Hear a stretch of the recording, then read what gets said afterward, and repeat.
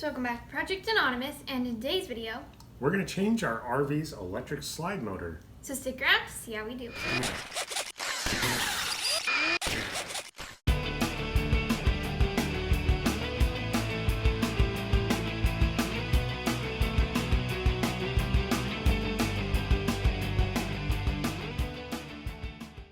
So why are we doing this, Megan? So although our trip to Virginia Beach was very fun, our slide broke. Right, so we tried, as soon as we got there, tried bringing out our driver's side slide, and nothing happened. Initially, I had thought we had just blown our slide fuse, so I went to check that, and it was blown. However, after replacing that fuse, it still didn't work. So after going underneath the slide and figuring out how to manually open the slide so I can get in there and see, we had noticed that all of the mounts holding this to the RV were broken, and this was just dangling on there from the two extensions that go out to the two gears. So it was a pretty bad situation. Nothing was working, and we obviously didn't have the right tools or the right parts to change it out there. So we had to manually close it when we left, which was also not fun. What's supposed to happen when you manually open and close your RV is there's a little selector knob here on the motor to unlock it or disengage it so that you can turn the gears to close or open the slide, and then lock it into place by moving it back into the other position. That was not working for us, and we noticed that we got on the freeway and the slide started to creep out on us, so we quickly pulled over.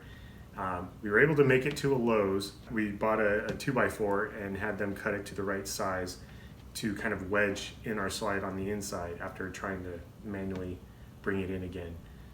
And it worked to get us home. But that's just a short-term fix. Yeah. We need the button to work, because climbing underneath the RV was not fun, nor was manually trying to open it with a wrench. We're gonna fix that today with this brand new part. Let's get into it. All right, let's get under the RV.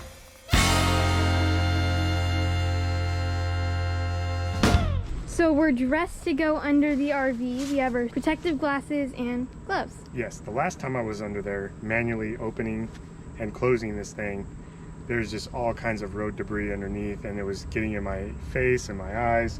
So now we got the safety glasses. Yep.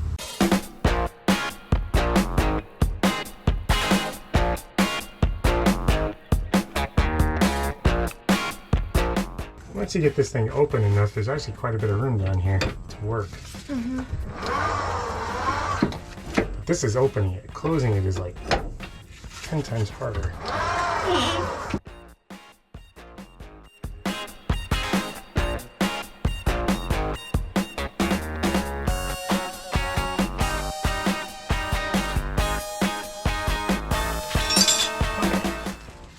So here's what happened.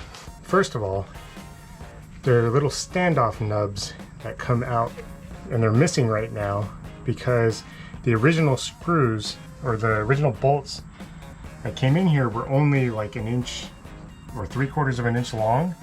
So all of the force of holding this motor in place was held on those little nubs or standoff supports.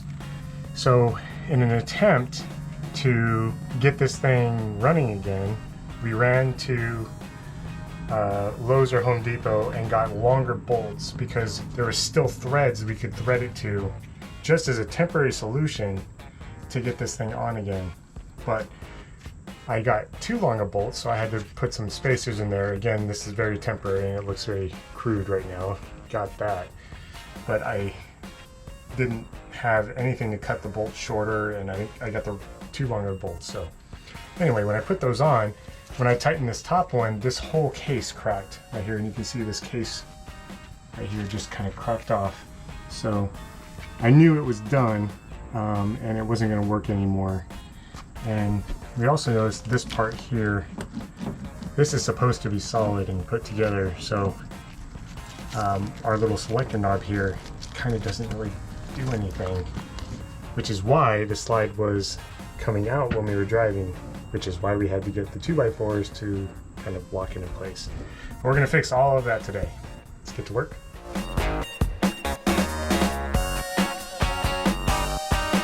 We've got to disconnect these things here, and this one I noticed the nut had already fallen off. Look at that. That was about to ruin our day one day because the nut had fallen off.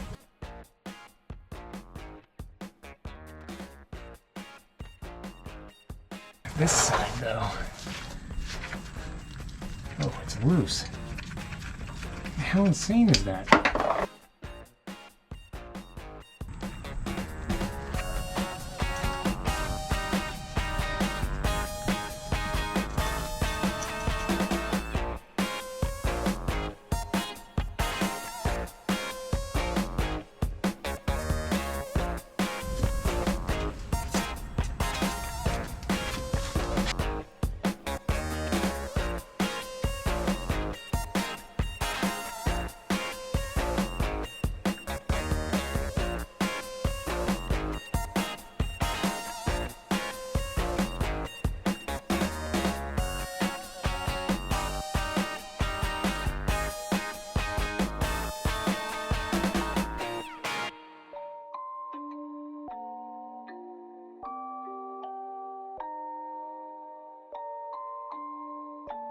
Rage on that beat, going crazy.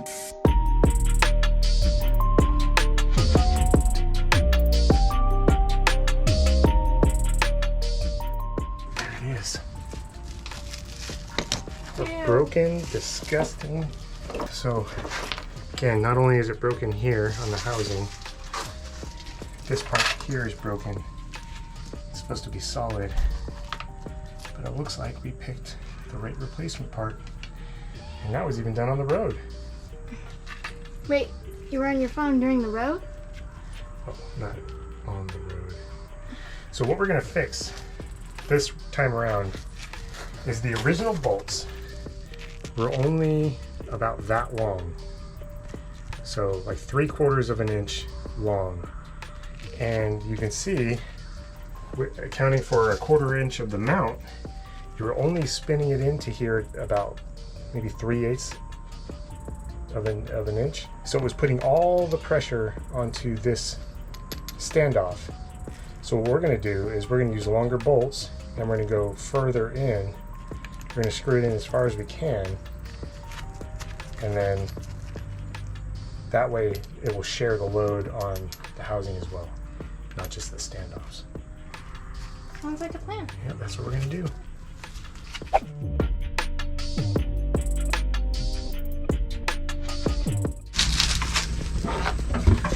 So what are we doing? Right now, just gonna finish cleaning this up.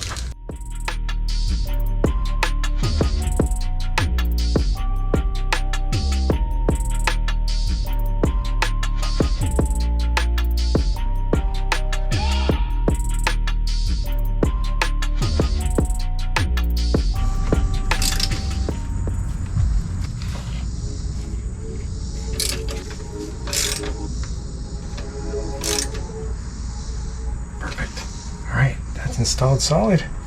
Now we've just got to find new bolts to lock these in.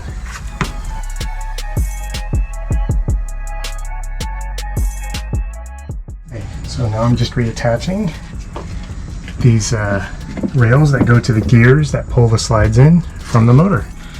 And I just found the replacement nuts. I'm going to use the original bolts.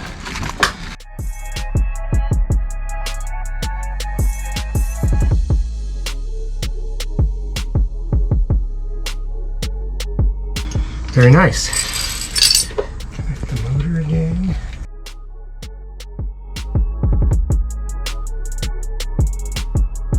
Are you just using zip ties? I am.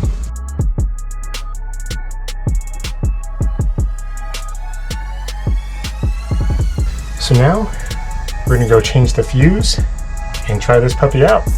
Let's go. So in our RV, our slide relays are in our inverter bank and our fuses go right in here, and it uses a 25 amp slow blow MDA ceramic fuse. So we're just going to put this in here to close the circuit, and now we're going to try to bring in our slide. Let's go. All right.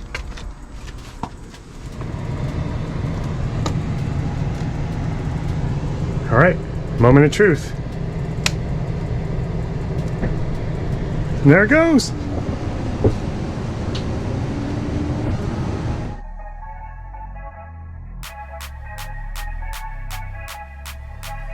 Very nice. Very cool.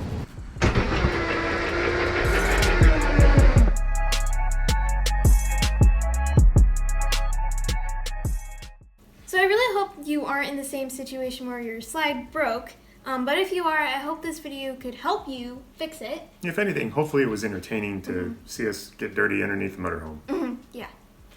Anyways, thanks so much for watching. I hope you enjoyed this video. Please like it if you liked it. Like it. Subscribe if you enjoy our content. Subscribe. And turn on those notifications so you get reminded every single time we post a video. Stay crafty. And be happy. Bye!